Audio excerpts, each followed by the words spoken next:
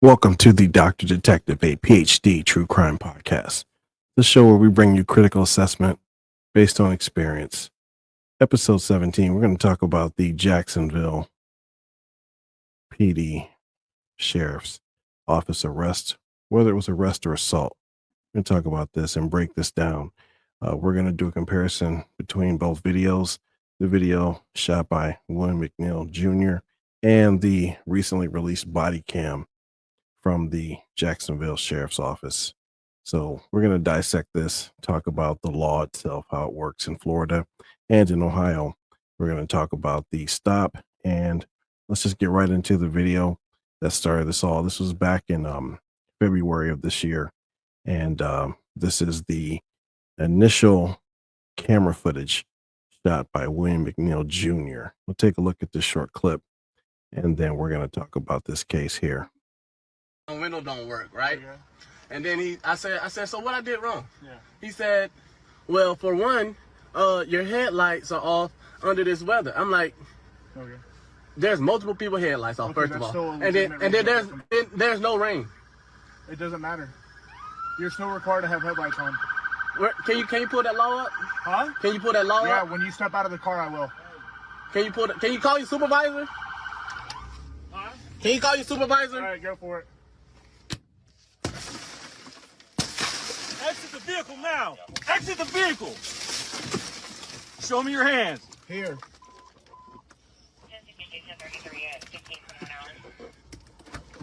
I'm here.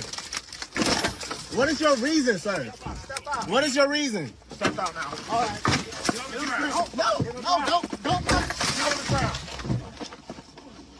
Stop fighting! Okay, so as far as that clip goes, that was shot by William McNeil Jr. Again, this incited heavy emotions, heavy reaction. I mean, it's a little traumatizing just to see that. You know, if we just think, police pull me over and just bust my window out, punch me in the face, get out, pull me out the car, punch me a few more times, get me down, arrest me, so forth. Right? I mean, it is traumatizing to see, just an initial view, right? So this was back in February of this year. This video started by going viral, and then it gained more I guess, virility in terms of being viral by the shock value of what happened, what took place, right? Anger, widespread anger, and so forth, as you can imagine, right? If this person is just sitting here and get struck, that's why I asked the question, or I posed that question throughout this discussion we're going to have. Is this a lawful arrest or was it an unlawful assault? So we'll talk about that, because one thing I do know, 20 years in uniform patrol, arrest never looks pretty. I can't say either whether the punch was justified or not. Not going to take that position at this point in time. We know the outcome. The officers and sheriff deputies was concluded it was justified based upon the arrest. But let's get into more details about that. So again, upon its initial viewing of what we have in the clip here, that first clip, that was Mr. McNeil Jr. talking to the deputy on the passenger side of the vehicle, and had the window slightly rolled down in the back. I guess his front windows didn't work, and he's got tint, so he rolled the window down. Was talking to the second deputy, but this is after several minutes, at least 4 minutes or more. So let's go back to the beginning, and because now the Jacksonville Sheriff's Office has released their body cam, so we can see the entire stop from when the car was pulled over, leading up to the incident with the window and the arrest being effected. So let's take a look at that video and see if it changes some things. Then we're going to break down slide by slide. We'll talk about some dynamics, things to consider, things you may not have considered, because I look at it from a different perspective. Again, 32 and a half years in law enforcement, 20 years in patrol. So I walked up on many vehicles, and different reactions, different things we're considering, right? We're just trying to do the job at the end of the day. Of course, we know there's different scenarios, but let's take a look at the body cam and see what that shows us in that context. What you're going to see the first 30 seconds of any body cam, it's pretty much silent. until it's either activated or there's a delay because it goes back a few seconds, 30 to 45 seconds, sometimes a minute. So the sound is silent until vehicle stop. Let's take a look at this.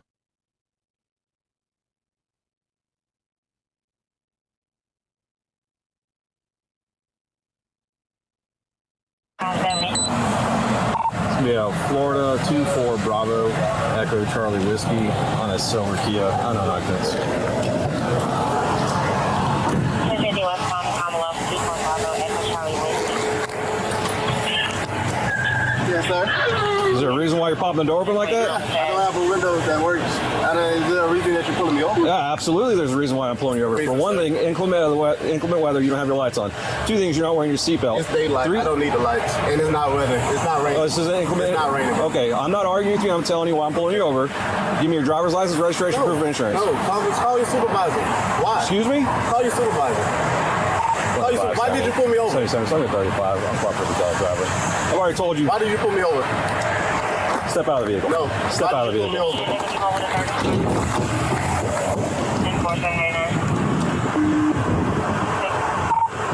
25 for 94. The driver just slammed the door and locked it. Call your supervisor. Yep. What's the reason for pulling me over? Unit 1033 unit 1050 at West Palm and Commonwealth. 25 seconds. If anybody responded, come in from Commonwealth, block the vehicle, please. I'm coming West Palm, Commonwealth. I'll be there in a second. Keep your hands where I can see them, sir. Yep, my camera's on too. I've already told you. Okay. Okay.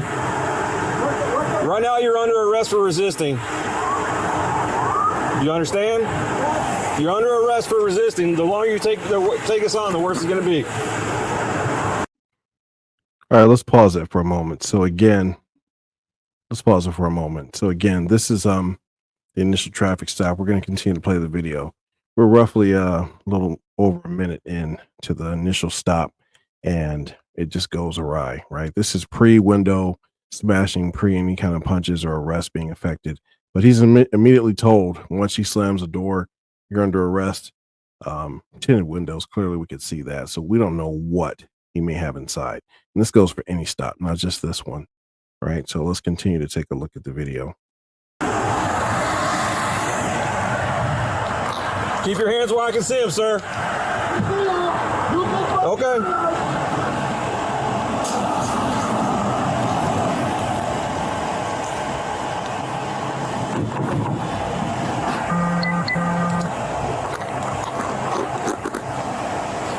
Sir, this is your last warning to open the vehicle and exit before we're going to break the window. Open the door and exit, or we are going to break the window. Open the door and exit, or we are going to break the window.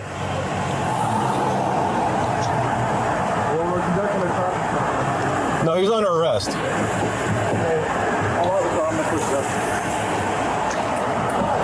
Open the door and exit. You are under arrest for resisting. Open the door and exit. You are under arrest for resisting.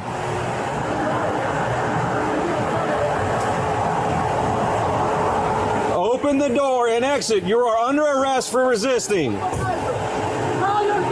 Open the door and exit. You are under arrest for resisting.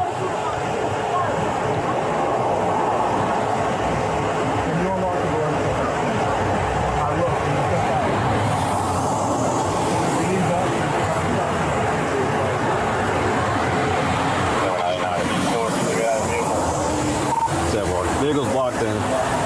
He's locked it up. He's putting the window down on the passenger side to talk to 2574.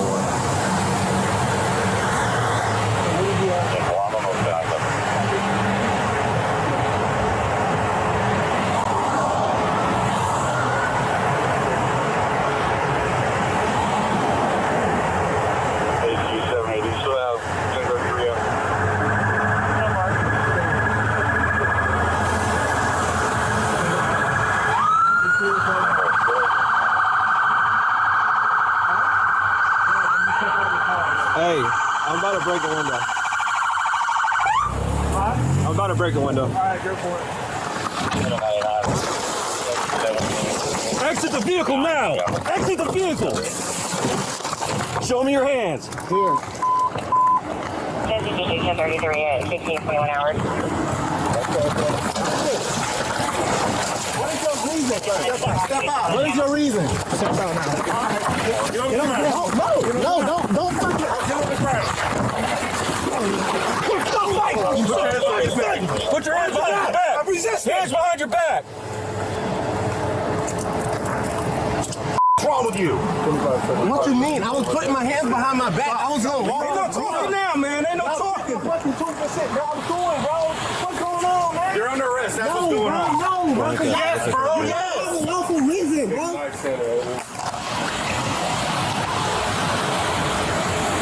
gonna throw my phone like that, bro? Yeah, I'm gonna take it off of you, bro.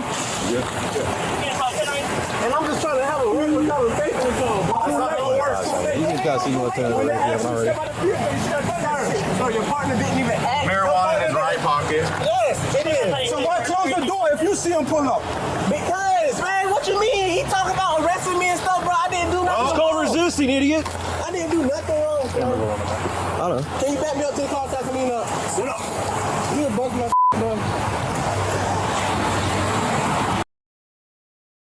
Because my window don't work. Okay, so we have this situation right out of Jacksonville, and we watched the initial video with Mr. McNeil, and we watched the body cam with the sheriffs. So that is essentially the entire arrest from both perspectives. Of course, we only got a portion of Mr. McNeil Jr.'s video, but we did watch that. So let's break this down.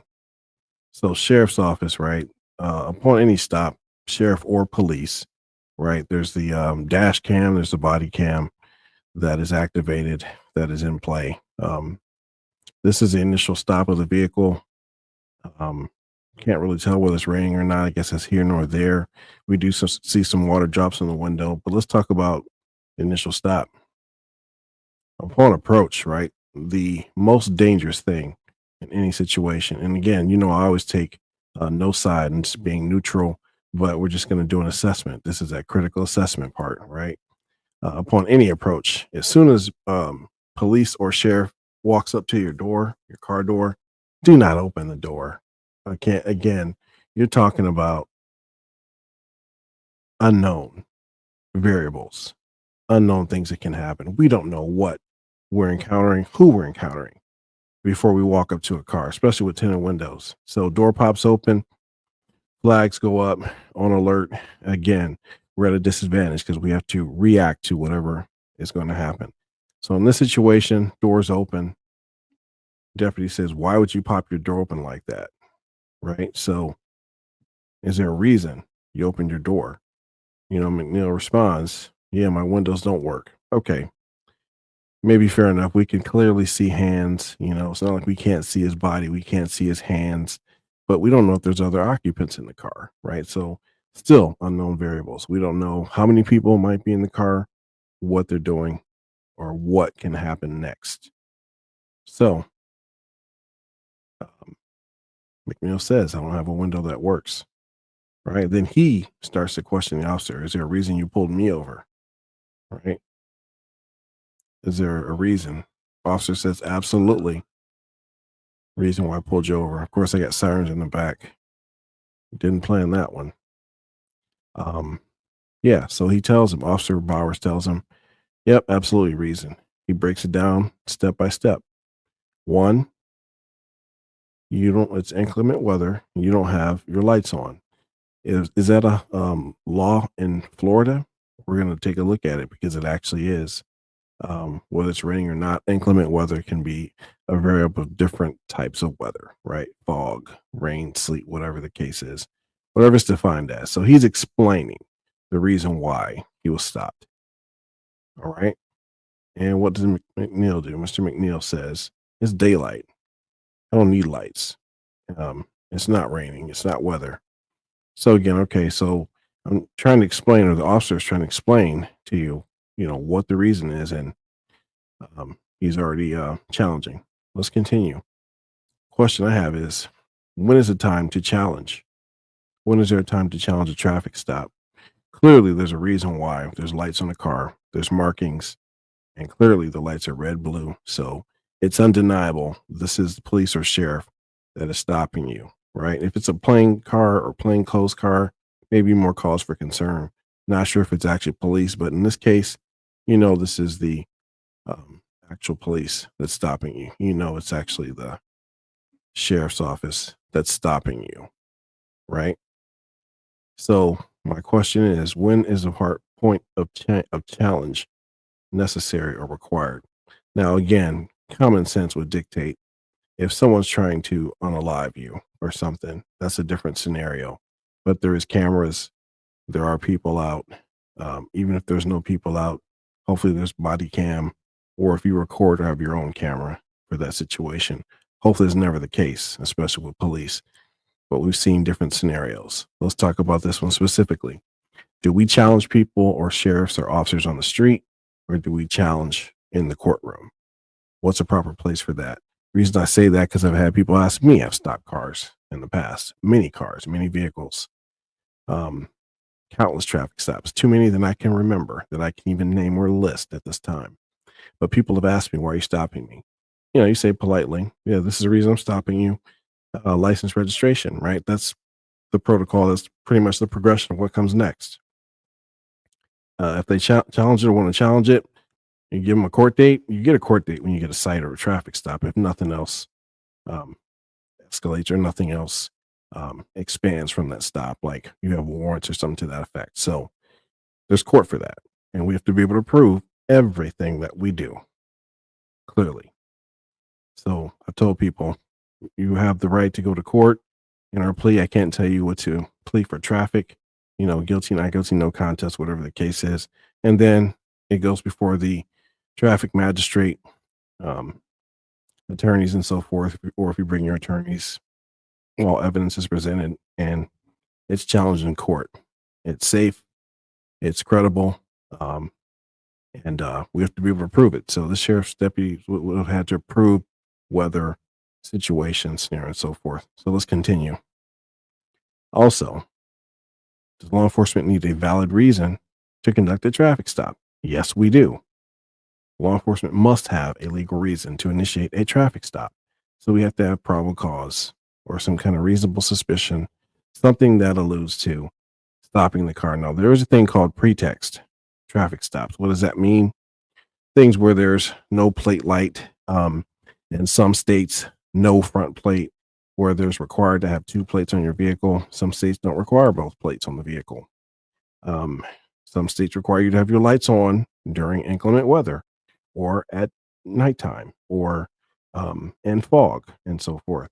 So again, a pretext stop would be something that they see, maybe no seatbelt. There's some states that require seatbelt, or maybe all of them now, but you should wear it anyway, but your preference. But if it's illegal, that could be a reason why you got stopped, right? It could be.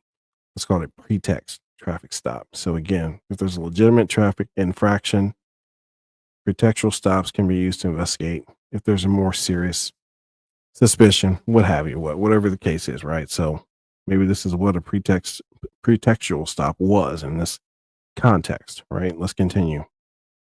So again, Deputy Bowers proceeds to explain why he stopped him. McNeil Jr. says, it's not daylight, it's not raining, right? I don't have to have my lights on, right? So what does the officer say? I'm not arguing with you. I'm just telling you why I pulled you over. You saw the video, still very polite, right? So is this escalating at this time? We'll see. So as I said, the progression is, he told him why he stopped him, whether he agreed or not. The progression is license, registration, and insurance. That's what we ask for. I've done it hundreds of times. Again, if you don't have it, I'm going to get your name. Let's see if it even gets to that. Well, we saw the video. It didn't get to that. Didn't get that far. And why is that? The deputy asked for license, registration. McNeil says, what? No. He refuses. At that point, technically, are you resisting arrest? Because a traffic stop is a form of a seizure, essentially. And if you fail to sign a citation, at least in Ohio, it's an arrestable offense. If you're aware, I'm not sure if you're all aware of that or not, but if you fail to sign a cite, you can be arrested for that. If you don't have your license, you can be taken out of the car. So you're required to have your license on you at all times. Many people don't know it is a privilege for all of us to drive, myself included. Right? The license is a privilege for us to drive. It's a license, just like it says. Why we pay every year. At least that's the how we're going to preface that, right? So, again, back to the laws. In Florida, it is required to present your license, registration, and proof of insurance. But they don't get that far because McNeil says no. McNeil Jr. says no. So my question in Florida, we're going to look at the actual law. Can you refuse to show ID to the police in Florida? The answer is no, based upon the legal requirements in the actual law. Let's take a look at it. So if you're driving a vehicle in Florida, you must provide license, vehicle registration, proof of insurance to law enforcement when requested during a traffic stop. That is a scenario. Florida law specifically says, and statute 32215 mandates that all drivers carry valid driver's license and present it to law enforcement upon request. Refusal to do so can lead to legal consequences, including potential arrest and further charges. So when the door closed, there was no license, insurance, proof, registration produced at that time. Technically, he's resisting arrest. Let's continue. In Ohio, let's make the comparison and contrast. Again, drivers are legally required to carry and present driver's license, registration, and proof of insurance when requested. Our code sections 4507.02 state code, right? Required to carry a license while operating a motor vehicle. If we request that, or police officer, sheriff, deputy, state trooper request that, you must produce that, and it has to be valid and satisfactory. Same with vehicle registration, proof of insurance. So let's continue.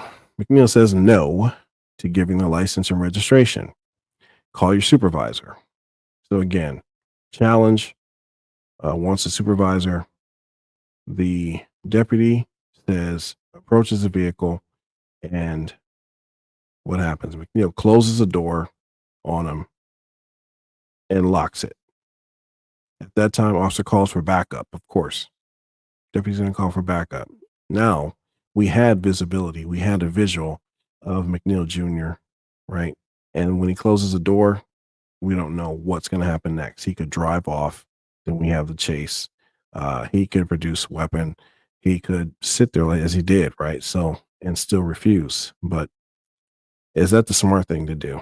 So now we're seeing a different side of what we initially thought, the initial shock value of what took place. So again, I urge you, always try to see the full picture, or go back and see what was taking place beforehand, because this is what leads up to this. So I'm going to ask you all, I'm not going to take a position. Is this a lawful arrest still? And we're not quite there. Or was it an assault? What happens next? Let's continue slide by slide. So before the doors closed, right? McNeil Jr. is being belligerent, and the deputy actually called for backup before the door closed. He's being belligerent. Any questions asked, requested license, registration, insurance. He says no. Again, says, I'm not going to argue with you. Deputy called for backup. Then Officer Biles approaches the vehicle. Then he says, step out of the vehicle. He's getting closer. Step out of the vehicle. Several times he asked him. McNeil says no. He sees the deputy approaching. He closes the door and locks it. So that's where we are. So again, let's backtrack a little bit. So as I urge and I suggest, never open the door. If your windows don't work, just wait until officer, deputy, trooper approaches. And at that time, obviously keep your hands on the wheel. No sudden movements, but definitely no opening of the door. Never open the door. And why is that? Anything can happen. Just this year, 2025, within the first 6 months, we've had 166 officers killed by gunfire, shot in the line of duty, 21 killed by gunfire, officers shot, 166, forgive me. Officers shot in the line of duty, 166, just in the first 6 months of this year. 21 killed in the line of duty. 45 law enforcement officers shot in 36 separate ambush style attacks. We just had this in Cleveland recently. Officers killed and shot in an ambush style. So again, the assault is there. The assault is real. The danger is real, not just for civilians, but for us as well. So again, if the door pops open, it's go time. You don't know what is going to happen next. We don't know. We have to react to that. So never open the door.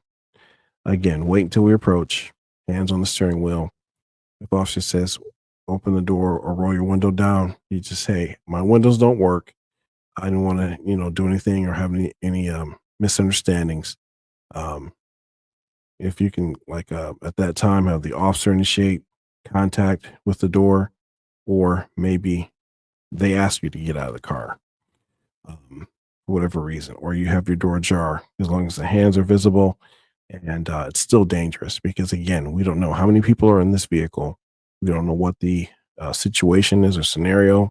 We don't know what we just stopped or walked into or walked up on. So again, slow movement, common sense should enter into this. Just don't open the door. Being belligerent also. Again, so a lot to consider. I want you to consider both sides.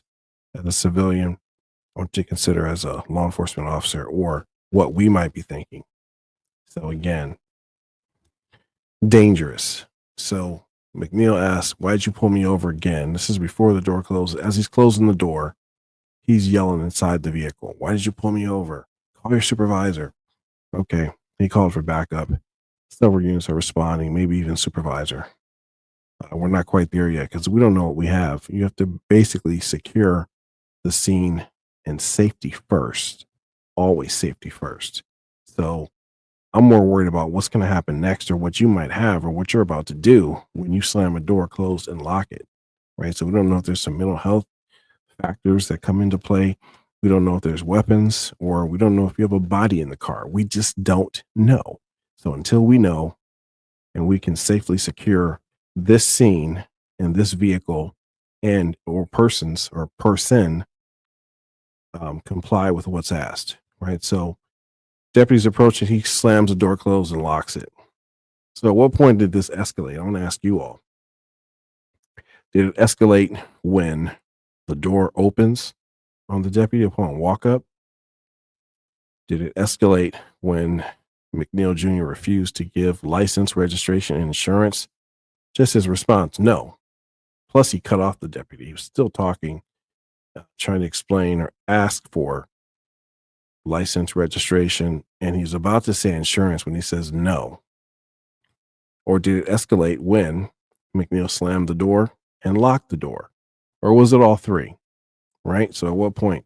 And when I talk about escalate, I'm not meaning necessarily physical, but just a heightened state of alert. So there's not just fear for civilians, there's fear for officers as well, if it's created, right? So everybody just wants to go home at the end of the day. Mr. McNeil Jr. wanted to go home. Unfortunately, he did. The officers wanted to go home, or deputies, and fortunately they did, right? So again, they ironed out whatever took place after the arrest, whether it was lawful or not. That's been decided by court, again, not on the street. No one's coming out on the street to say this was a good arrest or bad arrest. That's what you have supervisors for. That's what you have civilian review boards for. That's what you have counsel for. That's what you have high law and other agencies to consider. That's what grand jury's for. That's what a lot of different elements and parties, where different parties come in or factor in to consider what's credible, what's by procedure protocol, or what's unlawful as well. So initially, the door slams, locks it. The deputy again notifies dispatch and other units. He just locked himself in. Again, any units responding, block the vehicle and come in from this street and block the vehicle, because I'm sure no one wants to get into a car chase also. We already had the exchange of communication that did go well. Now we have a person locked in the vehicle. We don't know if they're going to take off. We don't know what they have. They could have a kidnapped victim. hundreds of different scenarios that we just don't know. We just don't know. 100 different unknowns and factors, and we still don't know if they're going to aggressively approach an assault on us, right? We just don't know that. So again, you all have to consider that also. So Mr. McNeil's yelling inside the vehicle, call your supervisor, and some other things that were unintelligible. I guess the body cam couldn't discern, or the transcriptions couldn't discern what he was saying, but we did hear call your supervisor. Officer said, keep your hands where I can see them. Okay. And so forth, until other backup arrives. Another officer or deputy arrives, several. They do in fact lock the car in, right, as requested by the deputy. Lock it in, come in by the street, and block the vehicle. Again, it says, keep your hands where we can see them, sir, right? I thought Officer Bowers was cordial. I didn't see any sarcasm in his voice. I saw a lot of sarcasm on the part of Mr. McNeil Jr., but that's here nor there, right? No one wants to get stopped anyway. Everyone feels a little uneasy when you see police behind you. I still feel uneasy when I see the police behind me. And I got 32 and a half years, so I can imagine what it feels like for civilians, right? Again, I was stopped before I became an officer. And, for some odd reason, for traffic, whatever the case is, or, them investigating a crime that occurred. We didn't do it, but they explained that to us. We stood by, they let us go, luckily, and all is well. Several years after that, I became an officer. So again, Officer Bowers is standing outside the vehicle, windows rolled up, tinted windows. I don't know the degree or level of tint, or was it legal, or he could see through. Apparently he could see enough movement to see the hands, because he asked him, keep your hands where I can see them. But he did tell McNeil Jr., just so you know, you're under arrest for resisting as of right now. You're under arrest for resisting. Did anyone count the amount of times he actually said that? I counted 6 to 7 times he was told that before the window was smashed. So let's continue. Second car pulls up, back up, and blocks the vehicle in, essentially. So Officer Bowers is saying, open the door, exit the vehicle, or we're going to break the window. This is after 4 minutes, roughly a little over 4 minutes, and I believe 24 seconds. So after 4 minutes of this, open the door and exit, or we're going to break the window. McNeil Jr. still yelling. While he's still yelling, why'd you pull me over? Call your supervisor, right? So the deputies are telling them, open the door and exit, or we're going to break your window, but you are under arrest. He was told he's under arrest at least 6, 7 times, still sitting there. Second deputy pulls up, other deputies pull up. McNeil Jr. decides to talk to the other deputy on the passenger side. But he was told 7 times, open the door and exit. You're under arrest for resisting arrest. You are under arrest for resisting arrest 7 times. So again, McNeil Jr. decides to talk to the other deputy, rolls down the passenger side rear window, is talking with the deputy. Officer Bowers still standing at the driver's door. Other backups arriving, other cars are arriving. Officer Bowers says, I'm going to break the window. He's telling the second officer that McNeil Jr. is talking to, I'm going to break the window. We've been waiting this time. We don't know still what we're facing. Again, a person can be cordial, can be calm, and still assault you or initiate an assault. I've had that happen. I've had people we've interviewed or we've talked with that morning that was shooting at our cruisers later, right? You don't know. He was nice, gave him a dap, pound, whatever, that morning. A couple hours later, we're in a car chase with the same individual. He's shooting at 3 to 4 of us, 3 to 4 cruisers. Go figure. Again, grace of God, we made it. And he was unharmed also. He was arrested, but he was unharmed. But we just don't know what's going to happen. So McNeil Jr. rolled down the passenger side rear window of his vehicle, talking to the second officer before they broke the window. They announced window's going to be broke. Officer Brown says, hey, I'm about to break the window. Second officer says, go ahead, right? And then here we go. Window's broken. Punch happens to the face. Whether that's legal or not, that'll be decided by their high law, decided by the courts, decided by grand jury, everything else that takes place. right? The court system. It looks terrible. Again, any arrest, all arrests, it's never going to look pretty. So um, it kind of is what it is at this time. I mean, you can agree or disagree. I'm not saying I agree or disagree with it. I mean, it just doesn't look good. I mean, but let's think of the other alternatives that could have happened. This is bad. It looks bad, but does that mean it's justified or not justified? If you're resisting, right? The reason why you're told you're under arrest is so you can comply. Any action you take other than compliance, meaning turn around, put your hands behind your back, or let us initiate contact, the gloves are off. You basically told me you're going to resist, right? Or you basically have not said it and your actions show different. If you're even standing face to face without the car situation and an officer says you're under arrest and you blade yourself in a fighting stance, that is aggression. You told me, let's go, right? This is not what happened in the scenario again, but just some things to touch base on. McNeil Jr. struck and they say, show me your hands. They don't really rush into the car. Actually, they ask him to step out of the vehicle. So they have to go in, get his seatbelt unbuckled, and take him out of the car. He struck several more times, taken to the ground. We saw that. Did anyone notice in the video, his video, that he's still asking, what's your reason for stopping me? And he even pauses for a second. McNeil Jr. pauses for a second to say it to his camera. What are you stopping me for? After the first punch, he's still saying, what are you stopping me for? And they say, get out of the car. He's still saying, no, no, no, no. So I don't know. You be the judge of that. He's taken to the ground. They grabbed him by the hair. That was a little harsh. I don't know. I mean, the punches and the hair grabbing, I guess we do what we have to do in a scenario, but that seemed a little kind of strange. But again, it never looks pretty to effect an arrest. It never looks pretty. Never. It never will. I've had situations where I've taken people down to the ground and it just doesn't look kind, I guess I'll say, if that's a way to phrase it. It doesn't look appropriate. Again, as I said, the hair grab is a little rough, but I guess they were just trying to secure him. And he's handcuffed, he's searched. They find a little bit of marijuana, personal use amount, nothing major, right? But again, we don't know until we know what you may have on you, what you may have in your vehicle. They also mentioned there was a knife in the vehicle. I guess there was a mention of them saying he was reaching for a knife, or they didn't know if he was going to, but it's clearly right here on the passenger side, on the driver's side, right at his feet. So we don't know. We don't know what you're going to do. We don't know what actions a person's going to take.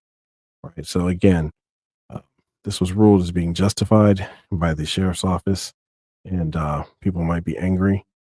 But following this traffic stop, Mr. McNeil Jr. was arrested and charged with resisting arrest without violence, driving without a suspended license, So he didn't even have a license to begin with.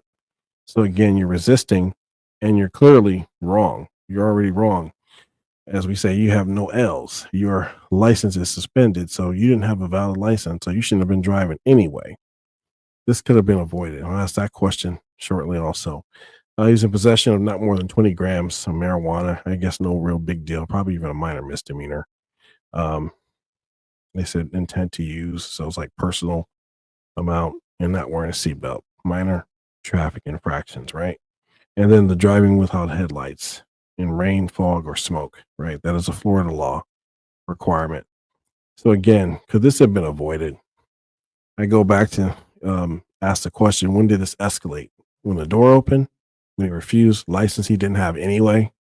Or when he slams the door and locks it and creates a whole different situation? That's a whole different scenario, right? That's like barricading yourself, or what we call barricading yourself, whether it's a vehicle or house, whatever the case is. We still don't know what you have in your vehicle. We still don't know if you have someone kidnapped. We don't know if you've assaulted someone or committed other crimes. We don't know if you're transporting whatever, right? So again, several different ways this probably could have been avoided, or was it done intentionally? There's some mention by the sheriff's office that he wanted to go viral. He wanted to create this situation. And if you had this video since February, why are we just now hearing about this in March, June, July? I mean, you be the judge, right? So again, maybe there were strategic methods in play, maybe attorneys, maybe the plan was that. So some people said it's a money grab. I don't know. I'm going to stand in the middle. Again, you be the judge of what happened. Could this have been avoided? And my thing is this: if you're in disagreement, call for the supervisor. You could have stepped out of the car and still say, I want to speak to your supervisor, right?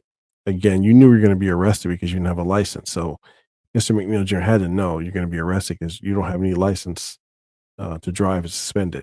So you were going to be at least cited for that. Maybe arrested, maybe not. Most likely you get an arrest, which again, a traffic ticket is a form of arrest, but you may have been physically also arrested. Your vehicle towed, and you have the marijuana, and maybe the arrest or physical arrest or the aggressive arrest could have been avoided. So again, you all be the judge of that. And of course, the lawsuit will be most likely coming. Again, I guess you have the right to file a right to approach in court, which you're doing the same thing. You're challenging all this in court, but it's a much worse scenario, and it could have been much worse than that, right? So we won't even do hypothetical scenarios, but you can kind of surmise where I'm going with that. So you're in a locked vehicle, or you close the door and a deputy or officer lock the door and tinted windows, and anything can happen in that situation. So again, sheriff speaks to the incident. He felt he was trying to go viral intentionally. Sheriff even said this is it's not pretty when we have to effect arrest, and especially when someone does resist, whether it's a aggressive resisting or someone actually fighting you, or someone that just doesn't want to be handcuffed, right? I've had situations like that where people will just wiggle, the arm goes all over the place trying, nope, hold on, let me talk about it. At some point, the talking is done. Once you're told you're under arrest, just comply, turn around, and then you call your attorney and so forth to go from there. So what you also should do, some safety etiquette, right? For officers and for civilians. Again, resolve your issues in court, not on the street, not in traffic. Any issues you have, you can challenge that. That's what they have a plethora of attorneys to do. That's what they're here for. And they would love to win a case against law enforcement for you, right? If you got to call whoever, right? I'm not going to do the top dog thing, but whoever you choose to call, right? Challenge it in court, right? Challenge it in court, not on the street. I've never seen a judge come out to a traffic stop and make a decision on whether this is lawful or not. And if you know you don't have a license, or your license is suspended, take the citation, right? Maybe you just say, hey, I don't have a license. Your honesty goes a long way. I don't have a license. Maybe I give you a ticket, but I don't tow your vehicle, or I let somebody come that has a valid license and pick it up, right? It's called discretion, and it's a respect factor. You respected me enough to say, hey, officer, I don't have my license. I lost it. I have work privileges maybe, or whatever the case is. Tell the truth, right? And then maybe you get a little break. But if you're hiding stuff and you want to escalate and you're screaming and carrying on, most of the time in that scenario that I've experienced with people, they got something else to hide, or they've done something, or they got something else in the car, or they just don't have a license anyway. So whatever, or they got warrants, or all the above, right? So I've seen all that as well at every extreme level. Recommendations: pull over to the side of the road near a lighted source. Do not open the door or get out of the car. Don't reach around, looking in the mirror, moving around and changing seats with people and all that nonsense. That is a red flag. That is what will get guns pulled on you in a heartbeat, because it's safety. We don't know what you're doing, what you're about to do, or what you may be planning or considering doing, because we have to react to actions. We have to react to the scenario. So again, be still, wait for them to approach. Again, as an officer, Try to select the location or a better location for the stop. Be professional. Introduce ourselves. Courtesy goes a long way. Tell people why you stopped them. Stand at a strategic position like the officer was doing. It's kind of hard to see with the body cam. We can only see one or two different angles of, the situation. We can't see a 360 scenario unless we were at a behind the officer or from a different body cam. So I know there's several officers there, several different angles to contend with, but we just saw the one, the main officer that was there. Again, so safety first for everybody. Everybody goes home. You can pay a traffic ticket, right? You can pay to get your vehicle out of tow. What you can't replace is yourself or the situation that can really escalate. So safety. So again, several questions I asked. When did it escalate? You be the judge. Was this a lawful arrest since a person was resisting on several different dynamics in terms of not producing a license? The aggression to close the door and lock the door, and still being asked 7 times after that to step out of the car. You're under arrest. Step out of the vehicle. You're not going to change that situation. If the officer says you're under arrest, you're not going to change that scenario at that time. You will challenge it in court. So again, is this arrest or assault? This is brought to you by the Dr Detective, a PhD, True Crime Podcast. Find us on YouTube, Spotify, Amazon Music, and Audible. Please like and subscribe and share. And as always, be safe, spread some love, use common sense. Thanks for watching.